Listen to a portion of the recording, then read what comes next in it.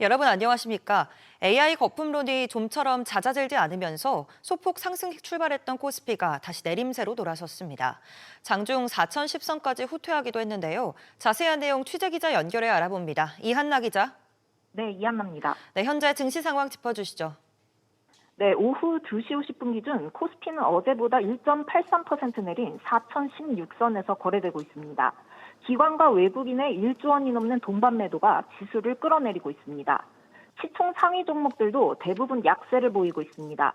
삼성전자, SK하이닉스는 물론 LG에너지솔루션, HD 현대중공업은 4%가 넘는 하락률을 기록 중입니다.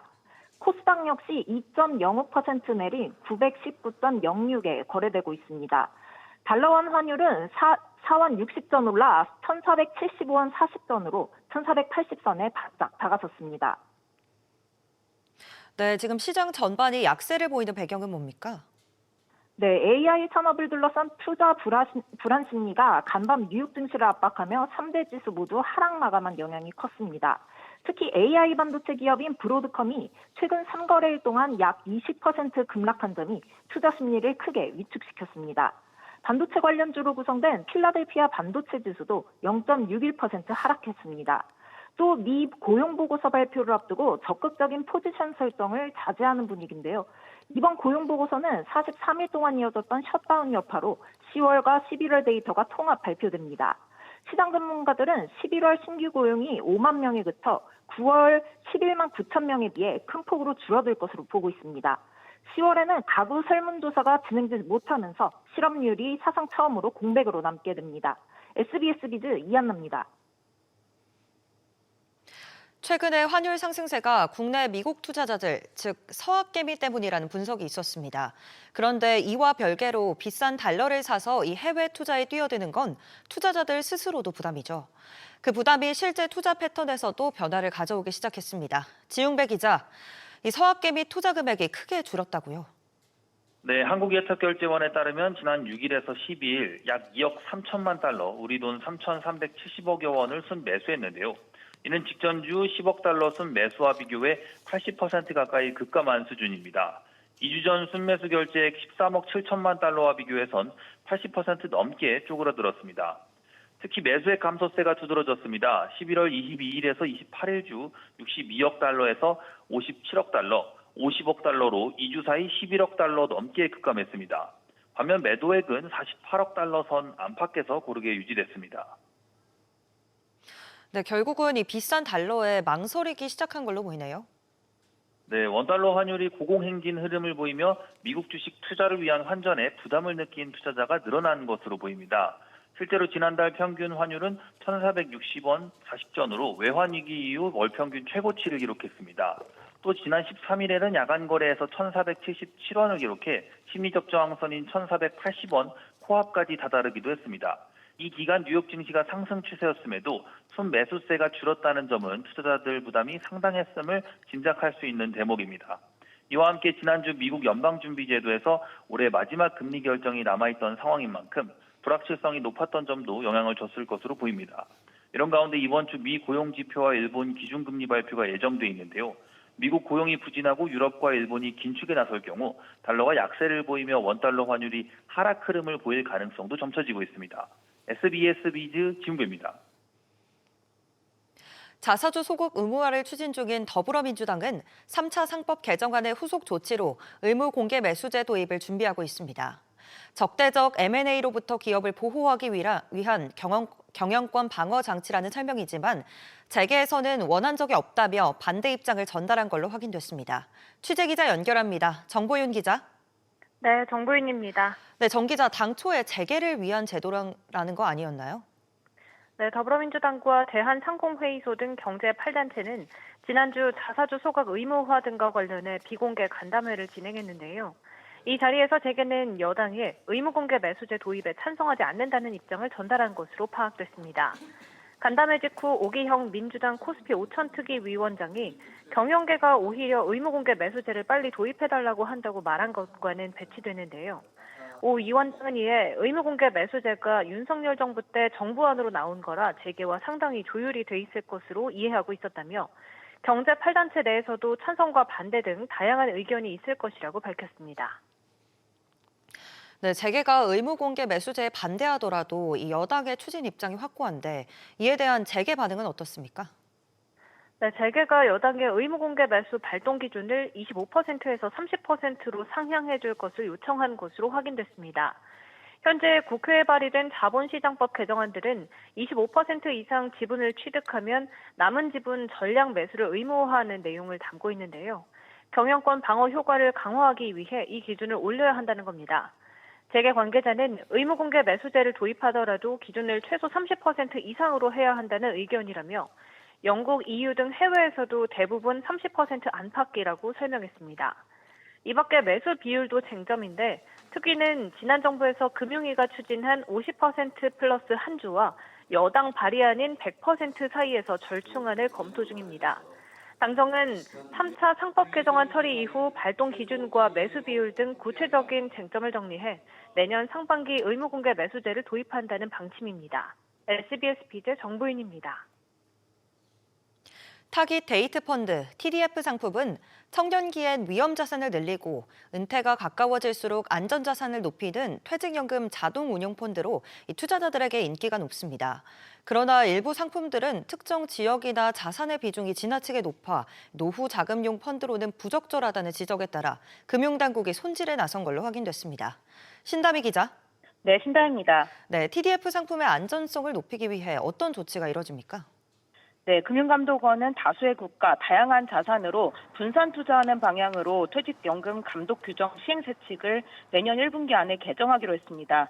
그간 일부 TDF 상품은 단기 성과에 치중해 특정 지역이나 섹터의 비중이 지나치게 높다는 지적을 받아왔는데요. 예를 들어 한 운용사의 TDF 상품은 미국 주식 비중을 80% 이상으로 두고 있는데 앞으로는 이런 운용 방식이 막히게 되는 겁니다.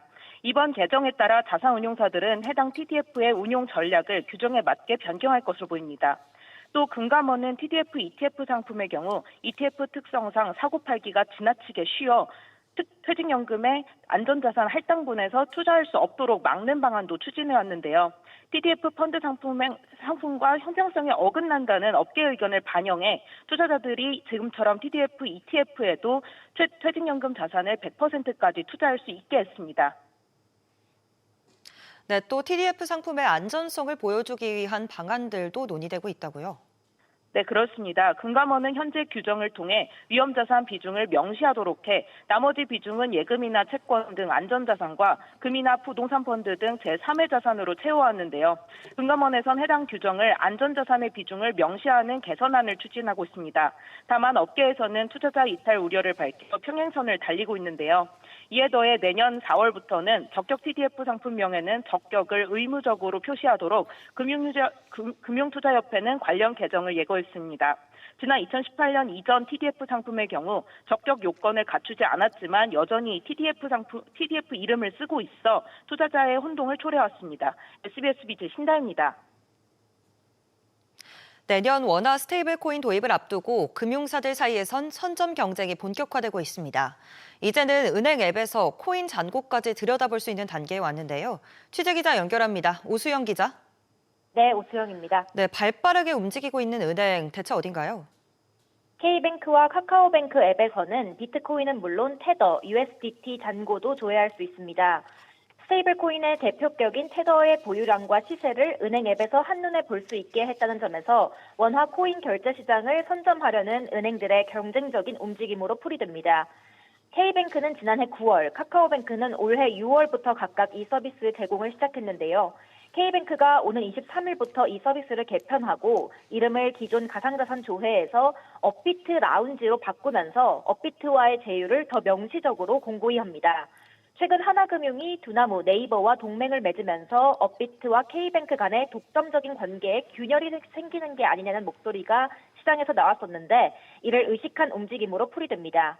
K뱅크 관계자는 보다 직관적인 명칭으로 서비스를 제공하기 위한 개편이라고 설명했습니다. 네, 은행들이 너나 할 것 없이 이 가상자산 관련 서비스를 자사앱에 넣고 있죠. 그렇습니다. K뱅크와 하나은행은 업비트, 카카오뱅크는 코인원, 신한은행은 코빗과 제휴해서 시세조회 서비스를 각각 제공 중입니다. 국민은행과 농협은행은 지난 2022년 8월부터 빗썸과 제휴해서 가상자산 시세 조회 서비스를 제공하다가 현재는 중단한 상태입니다. 국내에서는 스테이블 코인 발행과 유통에 은행들이 지배적인 역할을 차지하게 될 전망이라서 가상자산 거래소와의 사전적인 제휴를 확대하려는 은행권 경쟁은 점차 더 확대될 것으로 보입니다. SBS 비즈 오수영입니다. 청년 측의 빚 부담이 전체 가구 평균보다 더 큰 걸로 나타났습니다. 소득에 비해 부채 비율이 높고 전월세 등 주거비 부담도 상대적으로 컸는데요. 김성훈 기자가 보도합니다. 지난해 대학생 45만 5천여 명은 학자금 대출을 받았습니다. 전체 대학생 10명 중 1명꼴로 성인이 되자마자 빚을 지고 사회생활을 시작하는 셈입니다. 재작년 기준으로 청년 가구의 처분 가능 소득 대비 부채 총액 비율을 나타내는 가구 부채 비율은 172.8%였습니다. 전체 가구보다 높았습니다. 이 같은 부채 비율 역전 현상은 3년째 이어지고 있습니다. 전월세 비용부터 내 집 마련까지 주거비 부담도 따릅니다. 실제 주거비 부담을 떼어놓고 봐도 청년층의 부담이 상대적으로 컸습니다. 지난해 소득 대비 주거비 부담 정도를 나타내는 주택임대료 비율은 청년 가구가 16%로 역시 일반 가구의 15.8%보다 높습니다.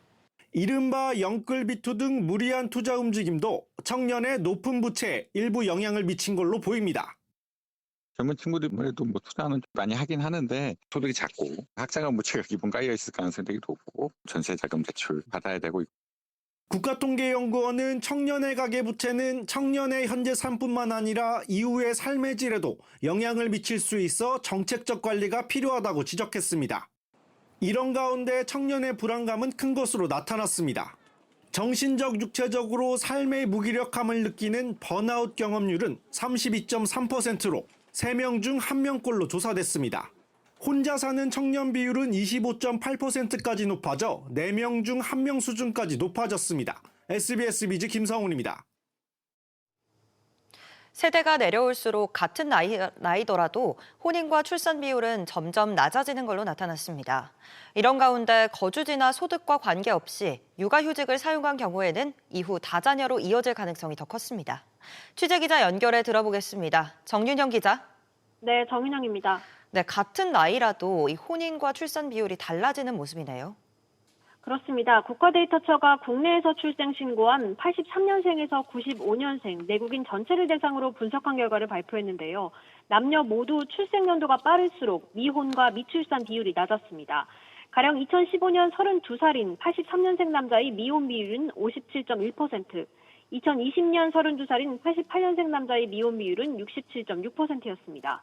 3년 뒤 83년생은 24.1%, 88년생은 15.5%가 혼인을 선택했습니다.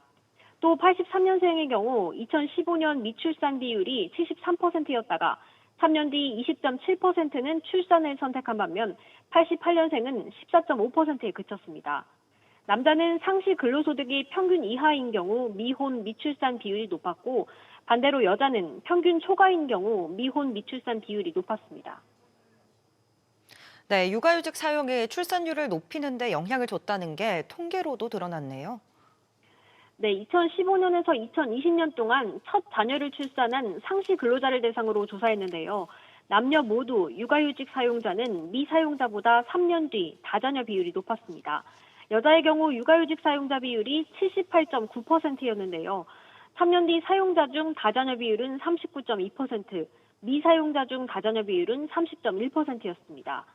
특히 거주지, 소득 수준, 주택 소유 여부 관계없이 남녀 모두 육아휴직을 사용한 사람이 3년 뒤 다자녀인 비율이 미사용자보다 높게 나타났습니다. SBS 비즈 정은영입니다. 의류업체를 중심으로 2월 상품이나 재고 상품을 크게 할인해 판매하는 패밀리 세일 행사에서 소비자 피해가 급증하고 있습니다. 싸다고 여러 벌을 충동 구매하기 쉬운데 교환이나 환불받기가 어려운 경우가 많습니다. 신채연 기자. 네, 신채원입니다. 네, 우선 이 패밀리 세일 관련 소비자 피해가 얼마나 늘었습니까? 네, 한국소비자원에 접수된 패밀리 세일 관련 소비자 민원은 올해 상반기에만 40여 건으로 지난해의 2배를 넘겼습니다. 특히 환불이 안 되는 사례가 88%로 대부분을 차지했는데요. 한 소비자는 68만 원어치 옷을 샀다가 곰팡이 냄새가 나서 환불을 요청했지만 업체가 거부했고, 옷 주머니에 머리카락 등 이물질이 들어있고 올도 풀려있어 반품을 요청했더니 사업자와의 연락이 두절된 사례도 있었습니다. 네, 그렇다면 규정상이 환불받을 수 있는 기준은 어떻게 되나요? 네, 온라인 구매에 적용되는 전자상거래법에 따르면 하자 여부와 상관없이 상품을 받은 날로부터 7일 안에 취소와 환불이 가능합니다. 할인 상품도 똑같이 적용되는데요. 할인 상품이란 이유로 환불을 거부하는 건 법 위반에 해당돼 시정 권고와 과징금 처분까지도 받을 수 있습니다. 분쟁 단계로 가지 않기 위해선 소비자들이 구매하기 전에 환불 기준을 잘 확인하고 주문 정보와 결제 내역 등을 보관해 두는 것도 중요합니다. SBS 비즈 신채원입니다. 내년 실업급여가 처음으로 월 200만 원을 넘어섭니다. 최저임금 인상에 맞춰 상한액이 6년 만에 인상되는 건데요. 이 최저임금을 앞지르게 돼 일하는 것보다 실업급여를 받는 게 나을 수도 있는 상황입니다. 취재기자 연결합니다. 서주연 기자. 네, 실업급여 상한액 얼마나 오릅니까? 네, 내년에 월 실업급여 최고액이 204만 3천 원으로 오릅니다. 올해 198만 원보다 6만 3천 원 많아지는 겁니다. 실업급여는 최저임금 수준과 연동이 되는데요. 최저임금 인상에 따라 내년 실업급여 하한액이 198만 원을 넘기면서 상한액을 웃도는 상황이 되자 상한액을 별도로 올리게 된 겁니다. 네, 실업급여가 200만 원 선이라면 일하지 않는 게 오히려 낫다는 인식이 더 확대될 수도 있겠는데요. 그렇습니다. 최저임금 근로자의 월 세후 실수령액은 189만 원 수준입니다. 실업급여 최고액이 204만 원대니까 최저임금으로 일하는 사람보다 더 많은 돈을 받는 상황이 현실화되는 겁니다. 이 때문에 구직급여의 전반적인 개편이 필요하다는 목소리가 높습니다. 또 재원에 대한 우려도 큽니다. 실업급여 재정은 이미 수년간 적자가 이어지고 있는데요. 올해에만 코로나 때보다 많은 12조 원이 실업급여로 지급이 됐습니다. 감사원은 경제 위기가 발생하면 실업급여 재원이 단 8개월 만에 고갈될 것이라는 경고를 내놓기도 했습니다. SBS 비즈 서주연입니다. 전기차를 아파트나 주택에서 완속으로 충전하시는 분들, 충전 사업자가 어딘지 확인하셔야겠습니다. 일부 전기차 충전 사업자들이 당장 다음 주부터 충전 비용을 9%가량 올립니다. 충전 업체들은 법률 개정으로 보험에 의무적으로 가입해야 하는 등 비용 부담으로 이 충전 요금 인상이 불가피하다고 밝혔습니다. 류정현 기자, 네, 대체 어느 업체가 얼마나 올리는 겁니까? 네, 플러그링크가 다음 주 월요일이죠. 오는 22일부터 완속 충전 요금을 킬로와트 시당 295원에서 324.4원으로 올린다고 공지했습니다. 나이스 차저도 오는 22일부터 아파트 완속 충전 요금이 킬로와트 시당 297원에서 324원으로 비싸진다고 밝혔습니다. 모두 9% 안팎의 인상폭을 보이고 있습니다. 완속 충전기는 주로 주택이나 아파트 등에 설치되는 만큼 전기차를 자가용으로 타는 소비자들의 부담도 그만큼 커질 전망입니다. 배터리 용량이 84kWh인 아이오닉5로 예를 들면요. 단순 계산으로 기존에는 완전 충전까지 24,780원 정도가 들었다면 다음 주 월요일부터는 27,250원 정도입니다. 한 번 완전 충전을 할 때 드는 비용이 2,500원 정도 더 비싸지는 겁니다. 네, 그렇다면 충전 사업자들이 이 요금을 올리는 이유는 뭡니까? 네, 공통적으로 꼽은 건 제도적인 이유입니다. 플러그링크와 나이스차저 모두 충전시설 사업자의 보험 가입과 충전 설비 정기 안전점검 의무화로 비용 부담이 늘었다고 설명했습니다. 전기차 충전 사업자들의 책임보험 의무 가입은 지난 5월 전기안전관리법 개정으로 부과된 바 있습니다. 전기차를 충전하다가 화재가 발생해 큰 피해로 이어지는 사고가 잇따르면서 관련 법률이 개정된 겁니다. 이런 제도적 변화는 다른 전기차 충전 사업자에게도 당연히 공통적으로 적용되는데요. 따라서 보험 가입 의무화 등을 이유로 충전 요금을 올리는 업체들이 앞으로 더 늘어날 가능성도 있어 보입니다. SBS 비즈 유정현입니다.